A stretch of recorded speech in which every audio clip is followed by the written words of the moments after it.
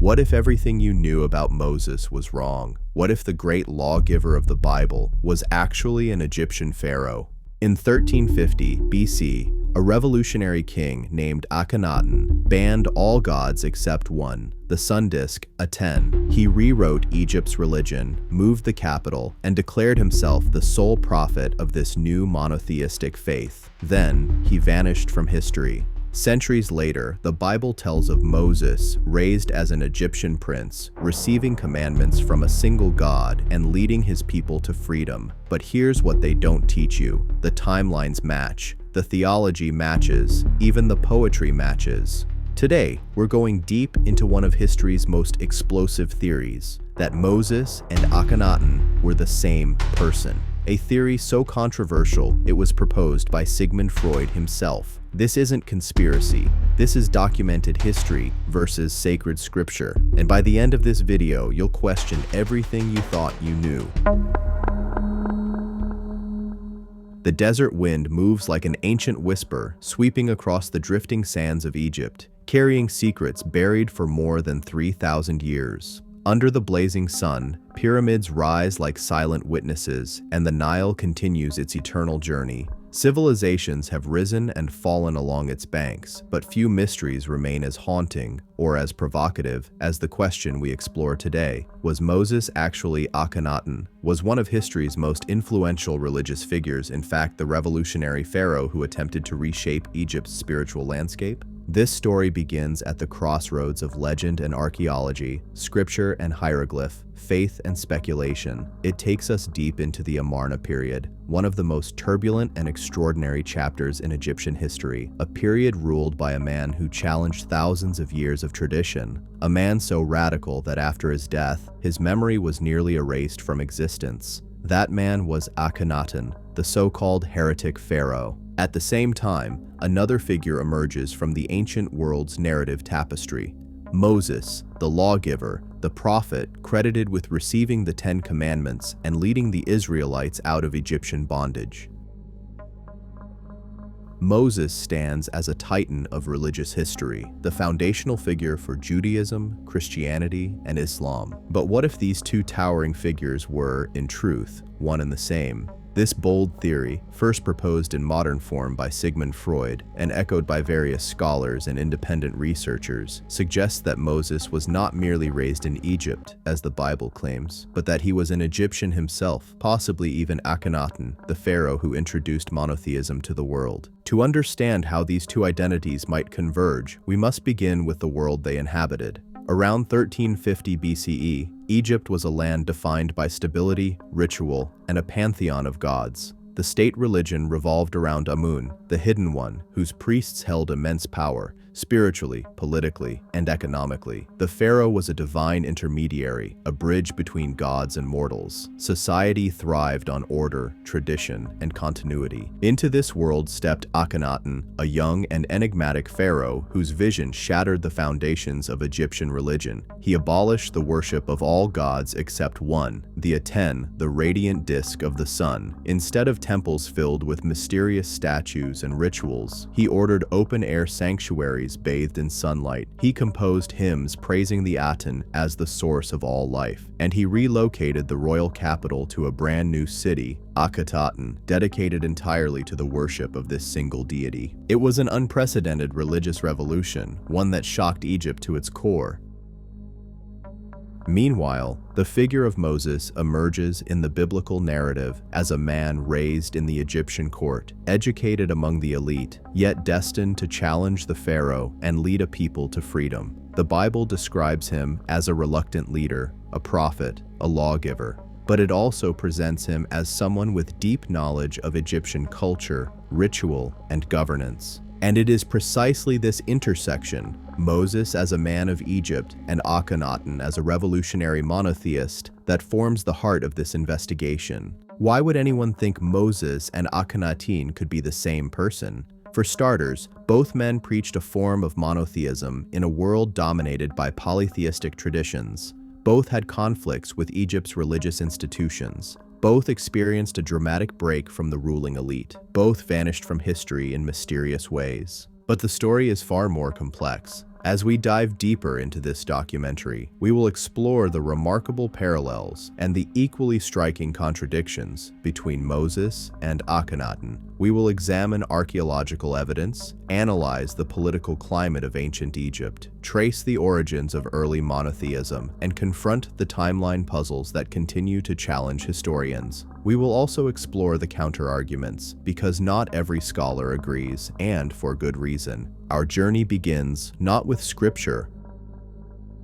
but with stone, with artifacts, inscriptions, and ruins that survived the relentless passage of time. Because while the biblical story of Moses is powerful and sacred, it is not, in the strictest scholarly sense, a historical document. It is theological narrative, and like all ancient narratives, it blends memory, myth, and meaning. To reconstruct the most likely historical setting, we must look to Egyptian records as well, even though Egypt never directly mentions Moses or the Exodus. This absence of evidence has long puzzled historians. Why would Egypt fail to mention a mass slave escape? Why are there no hieroglyphs describing plagues, miracles, or the death of a pharaoh's army in the Red Sea? Some argue this silence disproves the biblical account. Others argue that Egyptian records, controlled by the state, would never admit to such a humiliating defeat. But there is another possibility, one that ties directly to Akhenaten. Perhaps the Exodus story was never about millions of slaves fleeing Egypt in a single moment of divine intervention. Perhaps it originated as a memory of a smaller, more focused event, an elite religious schism, a conflict between monotheists and polytheists, a moment when Egypt expelled not slaves, but the followers of an outlawed faith. In this theory, Moses would represent the exiled leader of that monotheistic minority, and who better fits that description than Akhenaten himself?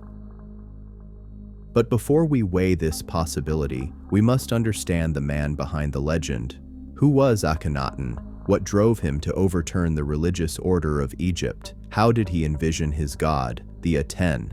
And why did he abandon traditional temples in favor of a radiant solar deity? To answer these questions, we journey into the heart of the Amarna period. Imagine Egypt at the rise of Akhenaten. The empire was vast, powerful, and wealthy, but it was also growing politically stagnant. The priesthood of Amun had accumulated unprecedented influence, threatening the balance between spiritual and royal authority. Into this tense environment came Amenhotep IV, Akhenaten's birth name, a young pharaoh inheriting both the throne and the underlying tensions of his father's reign. At first, his rule seemed conventional, but soon, subtle shifts in artistic and religious expression hinted at profound change. Then, in a seismic break with tradition, he proclaimed that the Aten, the sun disk, was not just another god, but the supreme and only god. All other deities were suppressed, their temples were closed, their statues were defaced, their priests were stripped of power. This was more than a theological reform, it was a political revolution.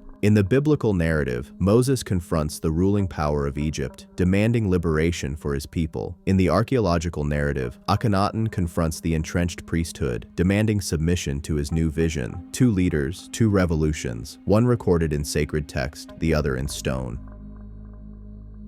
Could they intersect? As we move forward, this documentary will guide you through the evidence on both sides of the equation. We will explore the hymn to the Aten and the parallels it shares with Psalm 104. We will analyze the similarities in theology, both emphasizing a single, universal creator. We will explore the political and social turmoil that followed Akhenaten's religious revolution and how it might align with the origins of the Exodus tradition. But we will also confront the challenges. The timelines do not align perfectly. Moses is traditionally placed centuries after Akhenaten. The genealogies conflict. The narratives contain symbolic elements not easily mapped to historical events. And yet the theory persists. Why? Because the story of Moses and Akhenaten touches something deeper than simple historical inquiry. It touches the question of how monotheism began, whether the idea of one universal God emerged gradually or arrived in a sudden burst of revolutionary thought, whether the roots of modern faith trace back to a renegade Egyptian pharaoh whose ideas were nearly erased, yet lived on through a different tradition.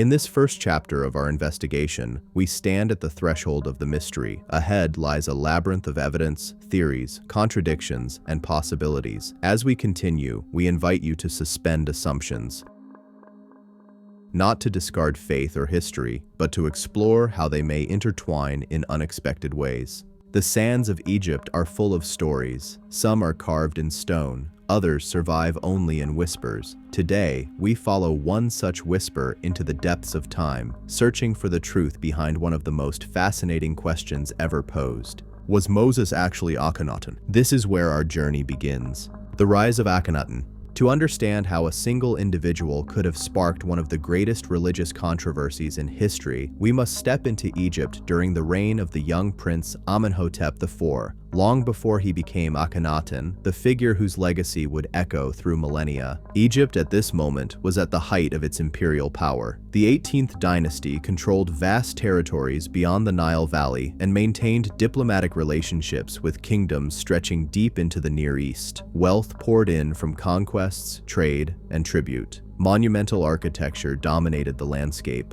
The priests of Amun at Thebes presided over enormous temple complexes, institutions so wealthy and influential that their power rivaled that of the throne itself. Within this world of opulence and tradition, a silent tension simmered. The royal family's growing devotion to the Aten, a visible sun disk whose rays extended like hands, was beginning to influence artistic and religious expression. Amenhotep III, Akhenaten's father, had incorporated Aten imagery into ceremonial objects and royal iconography.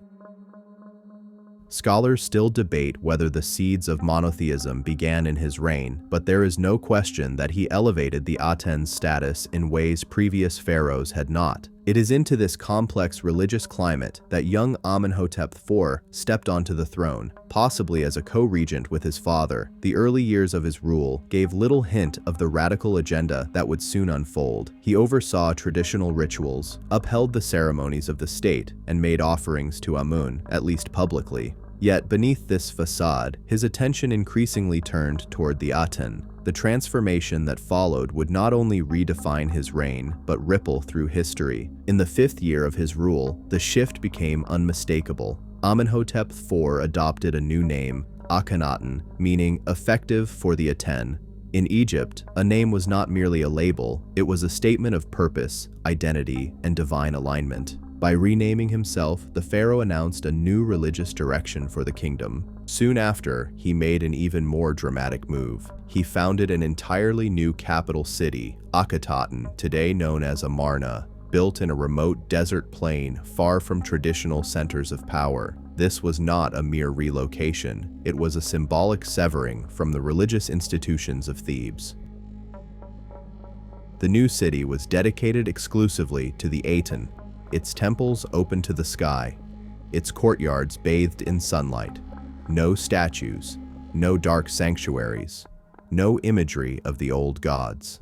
The Aten did not reside in carved idols. It existed in the radiance of the sun itself. Artistic conventions transformed almost overnight. Gone were the idealized figures and solemn expressions of traditional Egyptian art. In their place emerged elongated forms, intimate family scenes, and a sense of emotional realism unprecedented in Egyptian history. Akhenaten, Nefertiti, and their daughters were shown in moments of affection, kissing, embracing, playing. It was a visual revolution that mirrored the spiritual one. But while Amarna flourished with creativity, outside its boundaries, Egypt trembled. The priests of Amun, who had amassed considerable economic and political influence, found themselves stripped of power. Their temples were closed, their revenues cut off, and their status as intermediaries between the gods and the people nullified. For centuries, Amun had been the god of pharaohs, the hidden force behind royal legitimacy. Akhenaten's rejection of Amun was not merely theological, it was a direct challenge to the power structure of Egypt.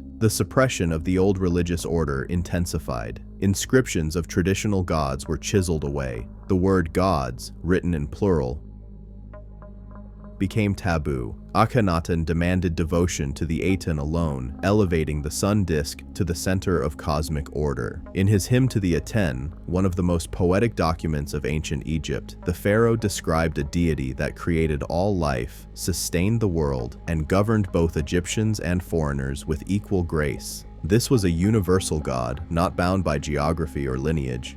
In this moment of upheaval, Akhenaten stood at the peak of his revolutionary vision. But revolutions produce resistance, and Egypt was no exception. The military, long accustomed to campaigns of expansion and defense, found the pharaoh increasingly preoccupied with religious matters. Egypt's borders weakened. Vassal states wrote desperate letters begging for military support that seldom arrived. Political alliances frayed. Within Egypt, famine and economic strain fueled discontent. The Amarna Letters, diplomatic tablets discovered in Akkadian script, testify to a kingdom struggling under the weight of its leader's spiritual obsession. As Akhenaten's reign progressed, his isolation deepened. Whether by design or necessity, he turned inward, focusing almost exclusively on the Aten and the royal family. Some depictions show him with almost androgynous features, exaggerated hips, narrow limbs, elongated skull. Scholars debate whether this was symbolic, medical, or purely stylistic. Regardless, it emphasized his unique status as the sole intermediary between Aten and the world. And this is where the parallels with Moses begin to emerge in a new light. Both Akhenaten and Moses are described as figures in conflict with institutional power, one against a priesthood, the other against a pharaoh. Both are associated with the idea of a singular, universal deity. Both are depicted as outsiders within their own societies, misunderstood, rejected, or forced into separation from mainstream culture. The Bible portrays Moses as fleeing Egypt after killing an Egyptian, returning only by divine command. Egyptian history shows Akhenaten withdrawing from Thebes, building a new city, and ultimately being rejected by the political establishment after his death. But while these parallels intrigue, the differences matter too. Moses is traditionally characterized as a liberator, a political outsider, a shepherd turned prophet. Akhenaten was a pharaoh, born into privilege, ruling with divine authority, attempting to reform an empire from the inside out. Yet the theory that they could be the same person hinges on a more radical proposition, that the biblical narrative does not preserve a literal historical biography, but rather a transformed memory, a story reshaped by centuries of oral tradition. Some scholars imagine an alternate scenario, that Akhenaten, after losing power, could have been exiled rather than killed, that his followers, persecuted for their beliefs, could have left Egypt with him, and that their religious ideas, over generations, evolved into early Israelite monotheism. In this version, Moses is a figure born from the legacy of the Aten revolution, a reinterpretation of a heretic king into a prophet of a new faith. Yet traditional Egyptology does not support the idea that Akhenaten survived his downfall. After his death, Egypt saw a violent backlash against his reforms. His successors, Smenkhkare, then Tutankhamun, later Tutankhamun, restored the old gods, reopened the temples, revived Amun, and attempted to erase Akhenaten from history. His name was chiseled from monuments. His city was abandoned and left to decay. His memory was condemned as dangerous, even cursed. Could such a man have become the Moses of biblical tradition? The idea remains controversial. But to evaluate it, we must look beyond the pharaoh and examine the figure of Moses in greater depth. Who was Moses according to the biblical story? How much of that story corresponds to known Egyptian cultural patterns? And what does archaeology reveal about the world in which he supposedly lived? Before we can compare Moses to Akhenaten, we must understand him as the scriptures describe him. And for that, we turn to the banks of the Nile once again, this time to the world of the Hebrews in Egypt, a people whose origins and identity remain deeply debated. As our investigation continues in the next section, we will look at the figure of Moses not only through scripture, but through historical and archaeological context. We will explore his upbringing in the palace, his role as both insider and outsider, and the theological vision he presents, a vision that, at moments, bears striking resemblance to the Aten faith. But we will also see where the narratives diverge, The story of Moses is one of liberation, covenant, and law-giving. The story of Akhenaten is one of revolution, isolation, and imposed theological reform. And yet, both stand at the dawn of monotheistic expression, one in the biblical tradition, the other in Egyptian history. The next step of our journey examines the biblical Moses through the lens of Egyptology, searching for clues that may bring us closer to understanding whether these two figures could indeed share one identity, or whether their similarities arise from deeper cultural currents within the ancient Near East. The mystery deepens, Moses and the Egyptian world. To understand whether Moses and Akhenaten could possibly be the same individual or intertwined through historical memory, we need to explore Moses not as a purely theological figure, but as a character shaped by the geopolitical and cultural realities of ancient Egypt. The biblical narrative presents Moses as a Hebrew child raised in the Egyptian royal household, educated in the institutions of power, and ultimately positioned as a figure who bridges two cultures. But what does historical research reveal about this portrayal, and how might it intersect with what we know of the Amarna period and its aftermath? The traditional story begins with a decree. A pharaoh, unnamed in the Bible, orders the death of newborn Hebrew boys. To save her child, Moses' mother places him in a basket and sends him down the Nile, where he is discovered by Pharaoh's daughter and adopted into the royal household. It is an iconic tale, dramatic, symbolic, and deeply meaningful. But even scholars who treat the Exodus narrative cautiously acknowledge that this episode reflects an intimate knowledge of Egyptian customs. For example, the act of placing infants in reed baskets is attested in Egyptian practice, and the river served as a liminal space between life and death, purity and danger. Growing up in the Egyptian court, Moses would have received an elite education. The Bible does not dwell on the details, but Acts 7:22 in the New Testament notes that Moses was educated in all the wisdom of the Egyptians. This implied training in languages, administration, mathematics, law, and religious rites, skills consistent with those of a royal prince or high-ranking court official. Here, interesting parallels emerge between Moses and Akhenaten. Both figures are described in their respective narratives as deeply connected to the centers of Egyptian power. Both display an unusual relationship with traditional Egyptian religion, Moses in rejecting it in favor of a singular god, and Akhenaten in radically reshaping it, and both ultimately break away from the Egyptian establishment in a decisive and transformative way. But the biblical Moses is also a fugitive. According to Exodus, he kills an Egyptian taskmaster, flees into the desert, and lives among the Midianites, eventually encountering God at the burning bush. Historically, scholars debate the plausibility of this exile narrative, yet it mirrors another common pattern in Near Eastern royal stories: a future leader brought low before rising again. In the Akhenaten as Moses theory, this exile corresponds to the downfall of Akhenaten and the collapse of his religious reforms. After his death, the Atenist movement was violently suppressed. Could a reimagined memory of this upheaval survive as the flight of Moses into the wilderness? The next major event in Moses' story, the Exodus itself, is one of the most debated episodes in all ancient history. The Bible describes a vast departure, hundreds of thousands, perhaps millions, of Hebrews leaving Egypt after a series of devastating plagues. Yet, archaeological evidence for such a massive migration is lacking. Most scholars today argue that no large-scale exodus occurred in the manner described, but this does not necessarily mean the story has no historical core. Some researchers propose that the Exodus narrative preserves a memory of a smaller, localized event, perhaps involving a group of Semitic peoples, or even an Egyptian religious faction marginalized after the fall of Akhenaten. This theory gains traction when we consider the political chaos that consumed Egypt after Akhenaten's death. His immediate successors, Smenkhkare and Tutankhamun, later Tutankhamun, struggled to restore old religious institutions amid widespread instability. Famine, epidemics, and regional rebellions are well documented during this period. In some versions of this theory, the plagues of Exodus symbolize or echo these calamities. Additionally, the idea that a dissident or heretical group fled Egypt after Akhenaten's fall aligns with known historical patterns. The Amarna period was so disruptive and its aftermath so severe that those associated with the Atenist movement would likely have been targeted. Exile, voluntary or forced, would have been a logical outcome. In this light, Moses may represent a transformed memory of a leader from this internal Egyptian religious conflict. But what of Moses' identity as a Hebrew? The biblical narrative firmly anchors him in Israelite ancestry, linking him to the patriarchal line of Jacob. For believers, this identity is foundational.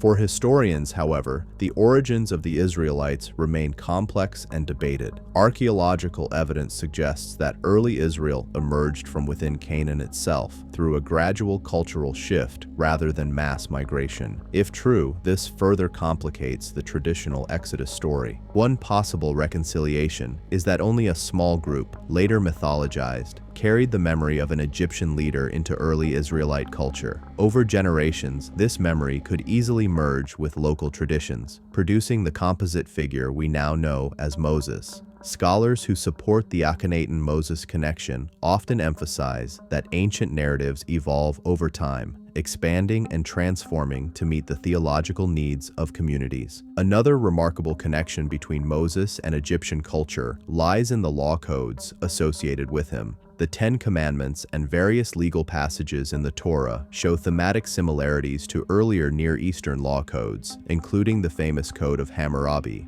But they also resonate with Egyptian ethical texts, such as the Instruction of Merakare and the Negative Confessions found in the Book of the Dead.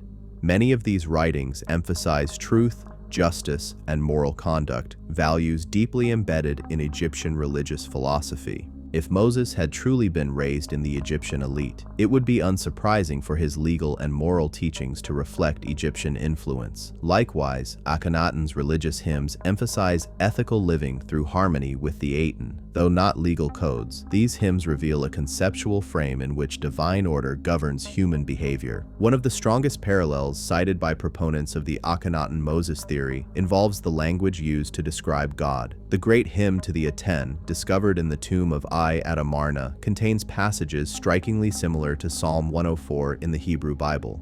Both texts describe a universal creator whose light sustains all living things, whose generosity feeds the world, and whose presence is reflected in the natural order.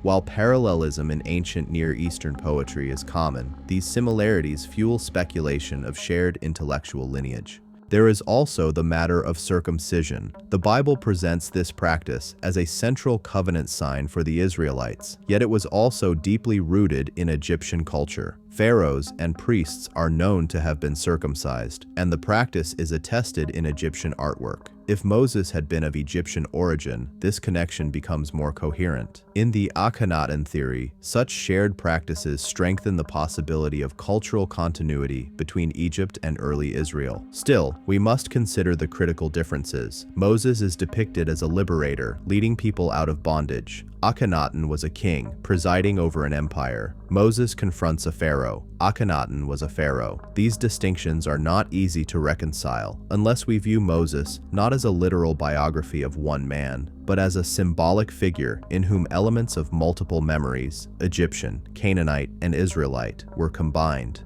Another challenge lies in the timeline. Traditional biblical chronology places the Exodus centuries after Akhenaten's reign. However, modern scholarship has largely abandoned these traditional dates, acknowledging that biblical chronologies were shaped by theological considerations rather than historical accuracy. Some researchers, including those sympathetic to the Akhenaten-Moses hypothesis, propose a revised timeline in which the Exodus aligns more closely with the end of the Amarna period. This remains contentious, but not impossible. In understanding Moses through a historical lens, we must also recognize the power of narrative transformation. Oral traditions evolve, heroes are recast, memories shift. What begins as a story of political exile may later become a story of divine mission. What begins as a theological reform may become a tale of liberation. Over centuries, cultural memory merges events, compresses timelines, and reshapes identities. With this context, we now have the foundation to examine the central argument of this documentary. Could Moses and Akhenaten truly be the same person? And if not literally the same, could Moses be a cultural memory of Akhenaten's revolution, a memory carried forward by a small group displaced by the collapse of Atenism? To explore this question further, we turn in the next section to the core of the theory connecting these two monumental figures. We will examine the theological overlap, the structural parallels, and the historical arguments that drive the speculation. But we will also confront the challenges head-on, because this theory, while captivating, stands at the edge of what we can reasonably infer from the surviving evidence. As we continue, the question deepens. Is the story of Moses the echo of a fallen pharaoh, or is the similarity between the two figures merely coincidence shaped by broader cultural currents? The truth may lie somewhere between documented history and the shifting sands of ancient memory. The theory, Moses was Akhenaten, the idea that Moses and Akhenaten could be the same historical figure, is one of the most provocative theories ever proposed in the study of ancient religion. It challenges traditional timelines, confronts deeply held beliefs, and forces us to reconsider the origins of monotheism. But where did this idea come from, and what evidence supports it? The modern conversation began with Sigmund Freud's 1939 book, Moses and Monotheism. Freud, fascinated by archaeology and biblical history, suggested that Moses was not Hebrew by birth, but Egyptian, and that he was a follower, or perhaps even a surviving embodiment, of Akhenaten's monotheistic movement. Freud proposed that after Akhenaten's death and the violent suppression of Atenism, a select group of his followers fled Egypt, preserving his teachings. Over time, this group merged into early Israelite culture, transforming Akhenaten's theological reforms into the foundations of Jewish monotheism. The theory was bold, imaginative, and deeply controversial. It remains so to this day, but it raised a question that scholars continue to wrestle with. How do we explain the sudden appearance of monotheism in both Egypt and Israel within a span of only a few centuries? At the heart of the Akhenaten-Moses theory lies a cluster of striking parallels, similarities that have intrigued researchers for decades. First is the monotheistic vision itself. Before Akhenaten, Egypt had never seen a religion centered on a single universal god. Aten was not one deity among many. He was the deity whose life-giving rays touched all lands and all peoples. This idea mirrors the biblical God of Moses, omnipotent, universal, transcending national boundaries. The great hymn to the Aten, etched into tomb walls at Amarna, reads at times like a poetic cousin to Hebrew scripture. It praises a creator whose light animates the world, whose breath gives life, who cares for all creatures. Psalm 104 in the Bible contains passages so similar in tone and structure that some scholars propose a shared literary ancestry. Second is the iconoclasm, the rejection of traditional gods. Akhenaten's revolt against Egypt's pantheon was unprecedented. He closed temples, banned images of other deities, and attempted to erase their names from inscriptions. Moses, in the biblical narrative, confronts polytheism through the Ten Commandments, beginning with a thunderous declaration, "You shall have no other gods before me." Both figures are depicted as leading radical theological transformations. Third is the political conflict. Both Moses and Akhenaten stand in opposition to powerful religious institutions. Moses challenges Pharaoh and the Egyptian state. Akhenaten challenges the priesthood of Amun. Both face resistance and, ultimately, exile. Moses fleeing into the desert, Akhenaten's memory expunged and his followers scattered. Fourth is the narrative of erasure. After Akhenaten's death, the Egyptian establishment attempted to eradicate every trace of Atenism. His images were destroyed, his monuments demolished, and his name was systematically removed, what Egyptians called damnatio memoriae. This echoes the biblical notion of Moses as a misunderstood or rejected figure whose message struggled against entrenched power. Fifth is the question of leadership structure. Akhenaten's conception of kingship was unusual. He positioned himself as a unique intermediary between Aten and humanity, almost prophetic in nature. Moses, too, is portrayed as a singular intermediary between God and Israel. These parallels are compelling, but the theory requires a critical leap. Could Akhenaten have survived his downfall and led a group of followers out of Egypt? Traditional Egyptology holds that Akhenaten died in Egypt, possibly in Amarna, and was buried in his royal tomb. However, modern excavations have not conclusively identified his remains. The mummy, long believed to be Akhenaten's, was later identified through DNA analysis as another individual, likely the father of Tutankhamun. The absence of a definitive tomb or preserved body opens a narrow window of possibility. Could Akhenaten have been exiled rather than killed? Some researchers argue that if his downfall was politically sensitive, it may have been easier for his successor to quietly banish him than to execute him. Others point out that exiling a former pharaoh would have risked political instability, making such a scenario unlikely. Still, the mystery persists. Akhenaten's final years remain poorly documented, and the Amarna period itself is riddled with uncertainties. Supporters of the theory propose a hypothetical sequence. Akhenaten loses power in Egypt due to internal unrest, famine, and the resurgence of the Amun priesthood. He flees or is forced into exile with a small group of loyal followers, perhaps the core of the Atenist community. This group travels eastward, eventually merging into Proto-Israelite culture in Canaan. Akhenaten's teachings evolve into early Yahwism, eventually producing the narratives preserved in the Torah. Over generations, Akhenaten's identity transforms into the figure of Moses. This reconstruction is speculative, but not impossible. It relies on the assumption that cultural memories can shift dramatically over time, an assumption historians accept in many contexts. For example, the figure of King Arthur bears only faint resemblance to the historical war leader who may have inspired him. Legends grow, transform, and adapt to the needs of communities. But not all evidence supports this theory. Critics point to the issue of theology. Atenism was monolatristic, not strictly monotheistic.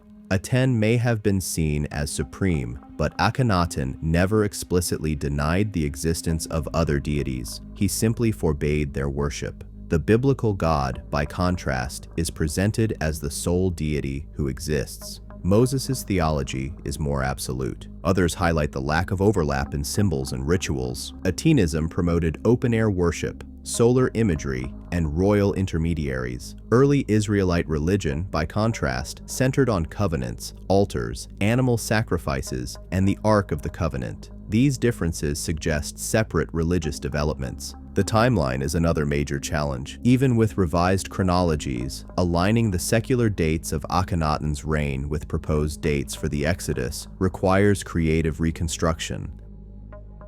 While some models place the Exodus closer to the 14th century BCE, traditional biblical genealogies suggest a later period. Additionally, the social structure of early Israel does not fit easily with the remnants of an elite Egyptian religious sect.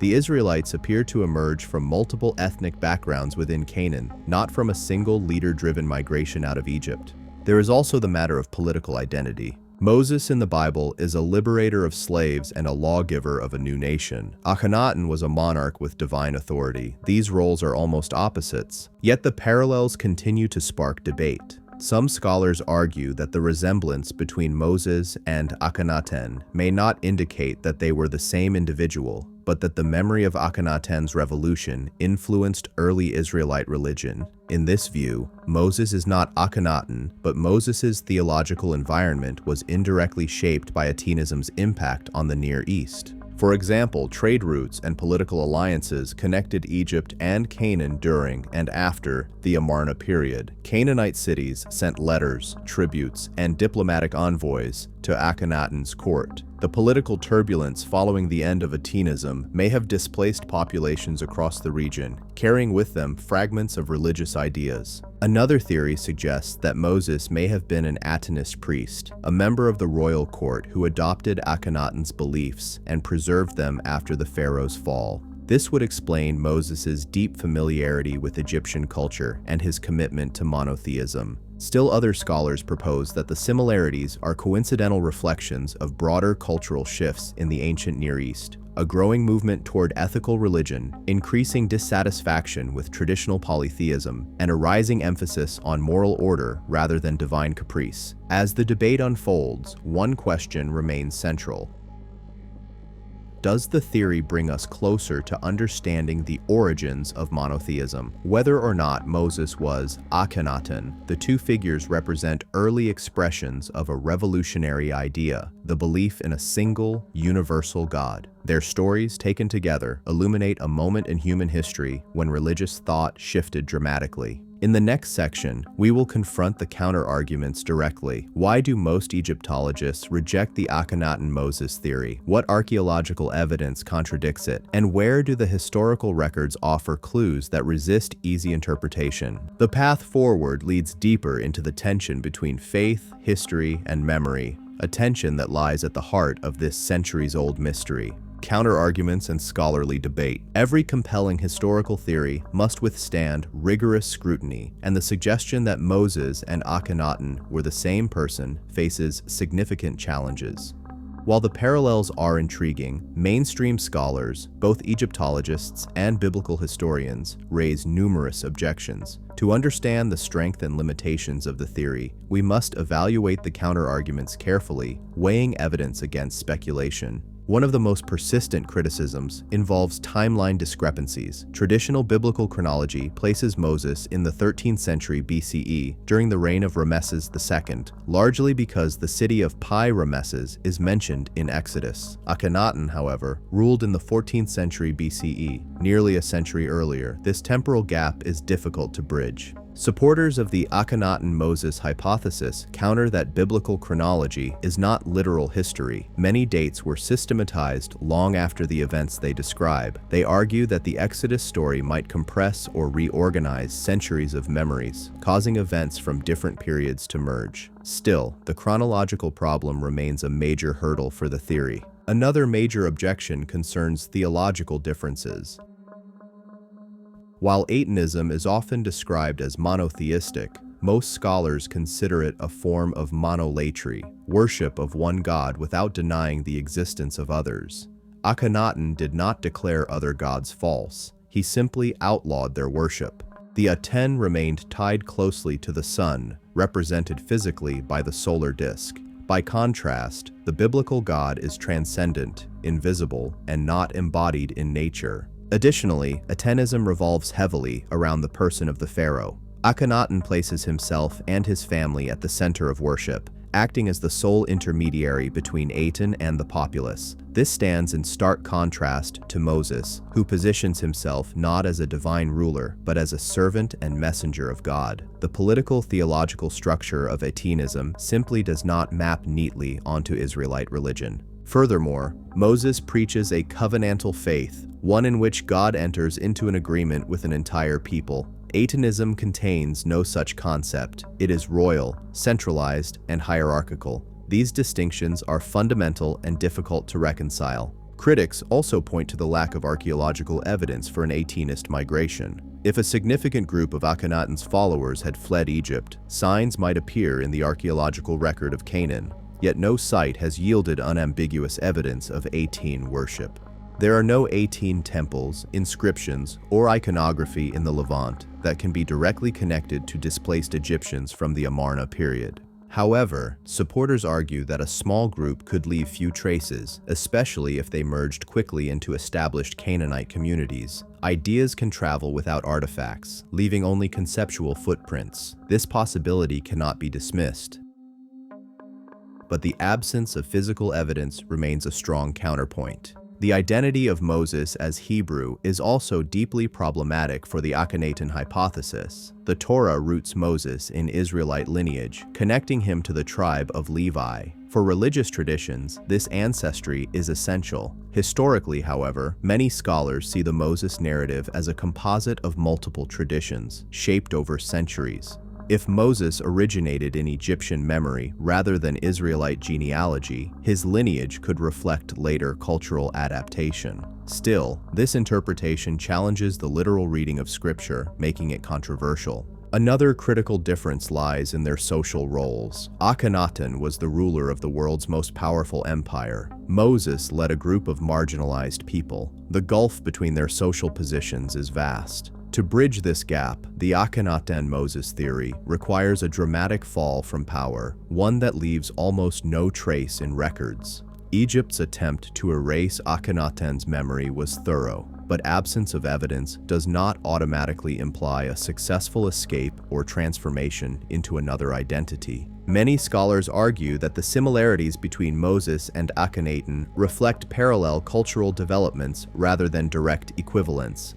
During the Late Bronze Age, the Near East experienced significant intellectual and religious shifts. Empires rose and collapsed. Trade networks linked distant regions. Populations migrated.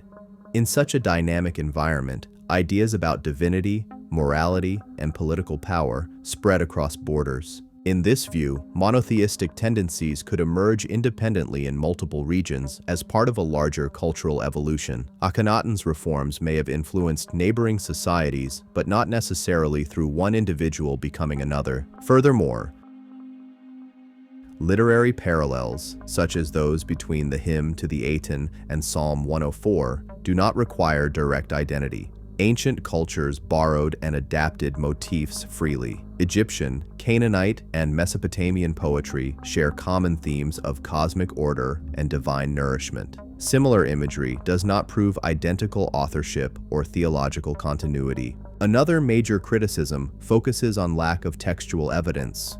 Egypt's records from the Amarna period, though incomplete, are detailed. They describe political turmoil, diplomatic exchanges, and religious reforms. Yet nowhere do they mention a mass departure of Atenist followers, nor do they hint at a surviving exiled leader who continued preaching Aten's message. Likewise, the Bible contains no explicit reference to Akhenaten or Aten. If such a dramatic connection existed, why would both sides omit it? Proponents argue that both traditions had reasons to hide it. The Egyptians sought to erase Akhenaten. The Israelites, emerging as a distinct people, may have recast a foreign leader into their own foundational story. While possible, this explanation remains speculative. We must also consider the nature of Egyptian exile. High-profile political exiles were rare in Egypt's centralized system of control. Removing a pharaoh from power without executing him would have been risky. Pharaohs were divine figures. Allowing one to live outside state control could invite rebellion. Thus, many Egyptologists view the idea of Akhenaten escaping into obscurity as highly unlikely. Even if Akhenaten had survived, critics argue he would not have abandoned his royal identity. Pharaohs saw themselves as chosen by the gods, even in disgrace. The notion that Akhenaten would adopt a humble, prophetic role among foreigners contradicts what we know of pharaonic ideology. Finally, the most compelling objection is also the simplest. Extraordinary claims require extraordinary evidence. The Akhenaten-Moses theory rests on circumstantial connections rather than concrete proof. Without inscriptions, artifacts, or contemporaneous accounts linking the two figures, the hypothesis remains speculative. Yet, despite all these counterarguments, the theory persists, not because it is proven, but because it addresses a profound historical question. Where did monotheism come from? Akhenaten and Moses both appear at pivotal moments in the evolution of religious thought. Both champion a single universal God. Both challenge established systems. Both leave legacies far greater than the immediate impact of their lives. Perhaps the real significance of the theory lies not in proving literal identity, but in exploring how cultural memories form. Stories evolve, leaders become legends, political struggles become moral narratives. The boundaries between history and myth blur over centuries. In this blurred space, it is possible that echoes of Akhenaten reached early Israel, shaping the memory of Moses indirectly rather than directly. In the final section, we will bring these strands together, fact, theory, and speculation, and attempt to answer the central question: If Moses was not Akhenaten, what connects them? And what does their interplay reveal about the origins of monotheism, the formation of cultural identity, and the enduring human search for meaning? The sands of Egypt hold many secrets, but some truths live not in monuments or inscriptions, but in the stories we carry through time.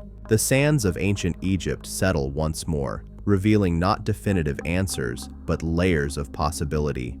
The question at the heart of this documentary, was Moses actually Akhenaten, remains one of the most tantalizing mysteries of ancient history. It challenges us to rethink our assumptions, to question the boundaries between historical fact and collective memory, and to confront the ways in which ancient stories are shaped over time. Standing at the crossroads of archaeology, theology, and cultural evolution, Moses and Akhenaten appear as two towering figures whose narratives parallel one another in surprising ways. Both lived in eras of profound upheaval. Both introduced world-changing ideas about the divine. Both confronted entrenched systems of power, and both left behind legacies that far outlasted the institutions they struggled against. Yet, despite these striking similarities, the evidence remains circumstantial. The historical Moses, if he existed, is elusive, a figure preserved through oral tradition and theological purpose rather than contemporary inscription. The historical Akhenaten, by contrast, is documented but enigmatic, a king whose revolution was so radical that Egypt tried to erase him entirely. The idea that these two men might be the same individual is bold, compelling, and for many, unsettling.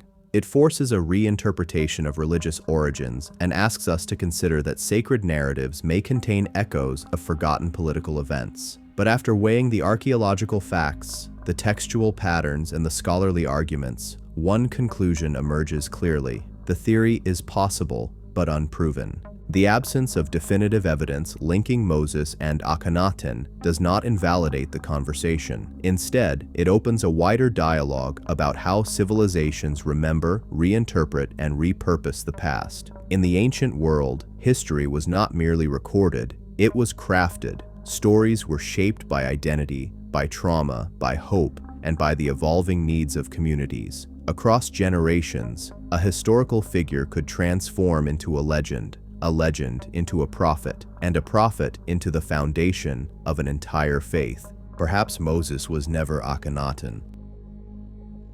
Perhaps he was a Hebrew leader whose life intersected with Egypt in ways we can neither fully prove nor disprove. Perhaps he was an amalgamation of several individuals, Egyptian, Semitic, royal, prophetic, woven together into a single narrative that carried the spiritual aspirations of early Israel. Or perhaps Moses was a literary and theological creation, embodying the ideals of liberation and covenant for a people emerging from the cultural patchwork of Canaan. Alternatively, perhaps Akhenaten's legacy, though crushed in Egypt, survived indirectly. Ideas do not need armies to migrate. They travel through merchants, scribes, refugees, and fragmented memories. It is possible that Atenism influenced the Near East in subtle ways, shaping the intellectual landscape into which early Israelite religion eventually grew.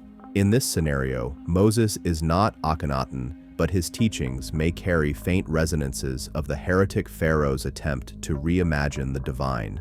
To appreciate the full depth of this mystery, we must step back and consider the broader moment in which both figures appear. The Late Bronze Age was a time of political collapse, mass migrations, famine, disease, and cultural realignment. Empires fell, new societies rose, old certainties disintegrated. In this landscape of widespread upheaval, the idea of a single, universal God may have offered comfort and coherence. It is within this crucible that both Atenism and early Yahwism emerged, two distinct but possibly intersecting responses to a world in crisis. Whether Moses was Akhenaten or whether their stories simply intersect through shared historical circumstances, the comparison illuminates something profound about human civilization. Monotheism did not arise in isolation. It was shaped by environmental pressures, political revolts, philosophical experimentation, and the movement of peoples and ideas across borders. It was not the product of one moment,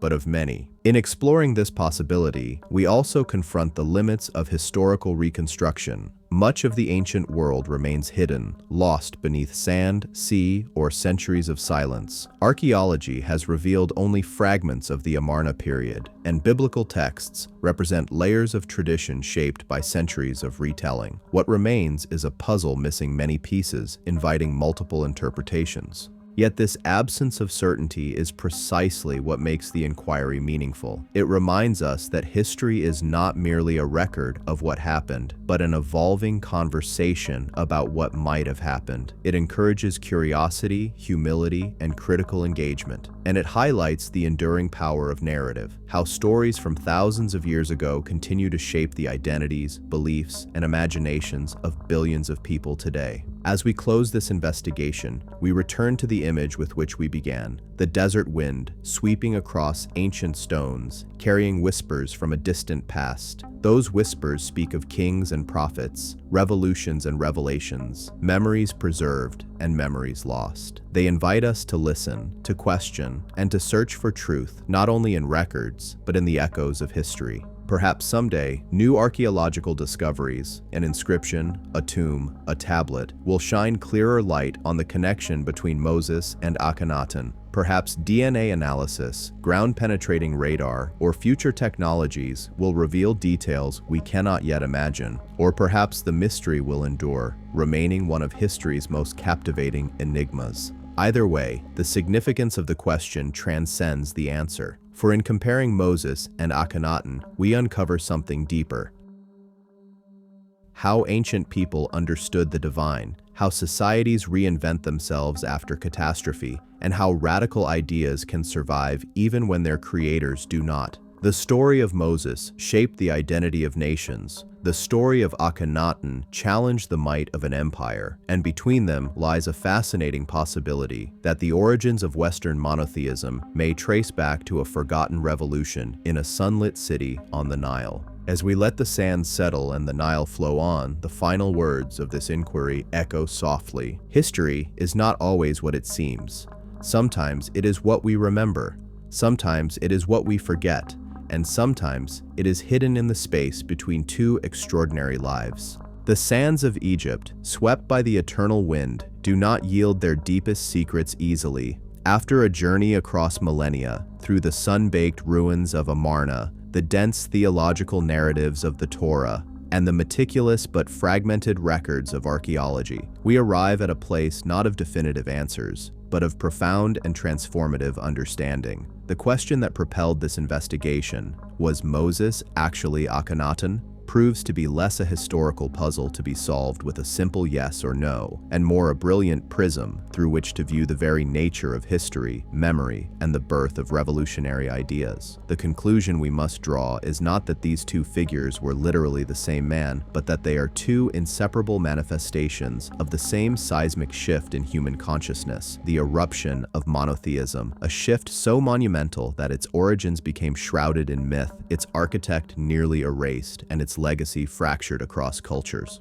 The compelling parallels cannot be dismissed as mere coincidence. Akhenaten, the heretic pharaoh, and Moses, the lawgiver prophet, stand as twin pillars at the dawn of a new theological epoch. Both dared to proclaim a singular supreme deity in a world saturated with polytheism. Both enacted a radical iconoclasm, challenging the entrenched priestly powers of their time. Akhenaten against the Theban cult of Amun, Moses against the pantheon of Egypt and the idolatrous tendencies of his own people. Both positioned themselves as the sole, divinely sanctioned intermediaries for this new truth. The haunting resonance between the great hymn to the Aten and Psalm 104 is not just literary parallelism. It is the echo of a shared conceptual universe, a poetic vision of a creator God whose benevolent power sustains all life, from the Nile Valley to the furthest foreign land. Yet, to forge a literal identity from these parallels requires navigating a chasm of contradictions. Akhenaten was a god-king, the center of a state-imposed cult from which he never deviated. Moses was a reluctant liberator, a fugitive who received his calling in exile and led a band of slaves toward a covenantal relationship with a deity whose name could not be fully spoken. The Aten was a visible physical disk. Yahweh was an invisible transcendent voice. The timeline, despite scholarly revisions, remains stubbornly problematic, and the Egyptian records maintain a silence on Moses that is as loud as the biblical silence on Akhenaten. Therefore, the most powerful and historically plausible conclusion lies not in conflation, but in cultural memory and ideological diaspora. The theory gains its greatest strength not when we ask, did Akhenaten become Moses? But when we ask, did the shattered dream of Atenism seed the fertile ground from which Mosaic monotheism later grew? Here, a compelling narrative emerges from the ashes of Amarna. Akhenaten's revolution was a top-down, autocratic imposition that collapsed with his death. Violently suppressed by a restored orthodoxy, the priests, artisans, courtiers, and soldiers who had invested their lives and beliefs in the Aten cult faced persecution, exile, or a forced return to the old gods. It is entirely plausible, even likely, that a dissident faction, a committed core of Atenists, fled the political and religious purge. They would have been exactly the kind of group described in Exodus, a mixed multitude, Exodus 12:38, leaving Egypt, carrying not just belongings, but a powerful, repressed theological idea. In this light, Moses is not Akhenaten reincarnate, but a figure who emerges from this milieu. He could have been an Egyptian noble or priest of Atenist sympathy, perhaps even a member of the displaced royal court, who became the leader and theological refiner for this exiled community. Over generations of wandering and settlement in Canaan, the story evolved. The trauma of exile became the epic of liberation from slavery. The rigid, Pharaoh-centric solar cult of the Aten was transformed into the dynamic, covenant-based faith of Yahweh. The failed revolution of a king was recast as the divine mission of a prophet. The historical nucleus, a small group of religious dissidents fleeing political persecution, was magnified through oral tradition into the foundational saga of a nation's birth. This interpretation elegantly resolves many enduring mysteries. It explains the profound Egyptian elements in the Moses story, his name, his courtly education, his familiarity with ritual and law, without requiring him to be a Hebrew by birth. It provides a plausible historical trigger for the Exodus tradition that is absent from Egyptian annals, which would never record the embarrassing flight of heretics. Most importantly, it offers a credible bridge for the transmission of monotheistic thought from the Nile to the Levant, solving the puzzle of its seemingly sudden appearance in Israelite religion. Ultimately, the relationship between Moses and Akhenaten transcends biography and enters the realm of archetype. They represent the two essential paths of revolutionary change: the revolution from above, which is swift, brilliant, and fragile, and the revolution from below, which is slow, resilient, and capable of embedding itself in the identity of a people. Akhenaten's monotheism was a flash of lightning, dazzling, transformative, but extinguished almost instantly. Moses' monotheism was a slow-burning fire, carried through wilderness, tempered by law and covenant, and destined to ignite the world. In the final analysis, to ask if Moses was Akhenaten is to ask the wrong question. The right question is, does the spirit of Akhenaten live on in the legacy of Moses? And the answer, written in the bedrock of Western civilization, is a resonant yes. The heretic Pharaoh's radical vision of a single universal creator did not die in the ruins of his abandoned city. It went underground, was carried eastward by exiled believers, and was reborn, purified, democratized, and ethicized in the covenant at Sinai. Akhenaten provided the radical theological prototype. Moses and his successors provided the enduring social, moral, and narrative framework.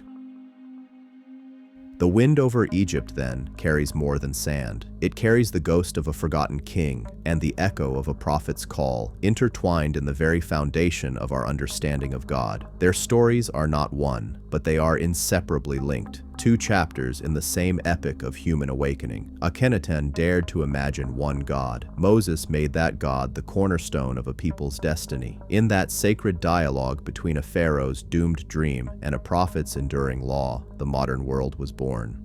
The truth may not be carved in stone, but it is forever inscribed in the legacy of faith itself. Thanks for watching, everyone. If you enjoyed this video, don't forget to like, subscribe, and hit that notification bell so you never miss an update.